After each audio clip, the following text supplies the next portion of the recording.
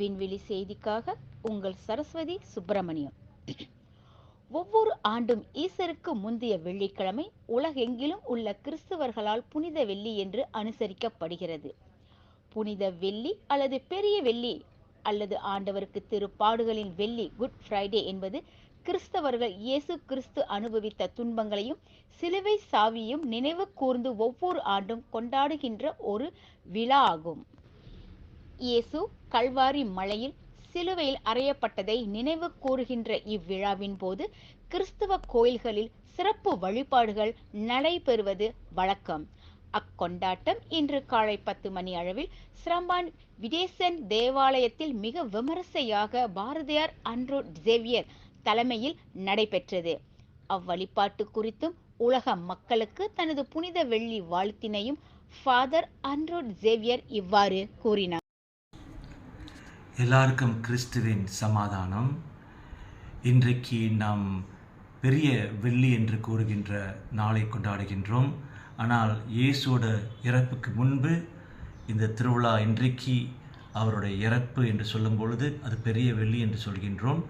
நேற்று பெரிய வியாழன், அதாவது இயேசுவோட பாடுகளுக்கு முன்பு, அதான் முதல் நாள். இயேசுவோட தன்னுடைய சீடர்களுடைய பாதங்களை கழுவுவார். கழுவி பின்பு இன்றைக்கு அவருடைய மரணம், நாளைக்கு அவருடைய உயிர்ப்பு.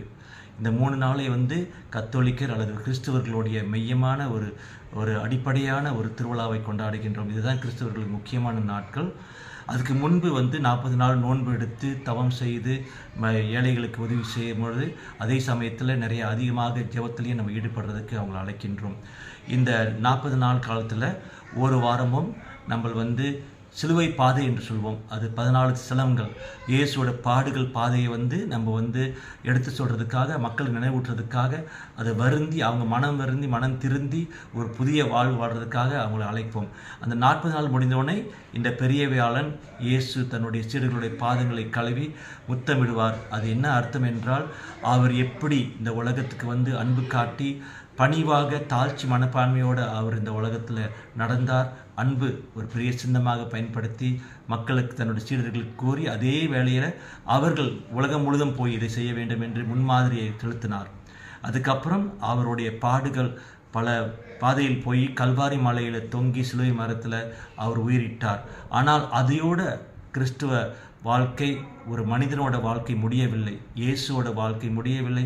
அது தொடர்ந்து 3ஆம் நாள் உயிர்த்தெழுந்து இந்த உலகத்துக்கு மீட்பு கொடுக்க வந்தார். அதுதான் நம்ம ஈஸ்டர் என்று கொண்டாடுகின்றோம்.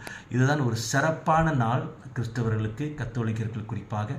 இந்த நாள் இல்லாவிட்டால் இயேசு வணங்குறது அர்த்தமில்லாத ஒரு வாழ்க்கை. ஏனென்றால் அவர் இறந்து ஒரு பிணமாக போய்விடுவார்.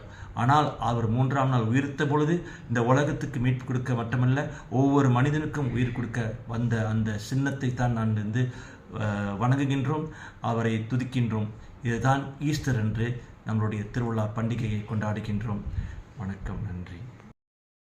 எல்லாருக்கும் உலக மக்கள் அணுவிய எல்லாத்துக்குமே என்னுடைய இனிய அன்பார்ந்த ஈஸ்டர் நல்வாழ்த்துக்களை தெரிவித்துக் கொள்கின்றேன்.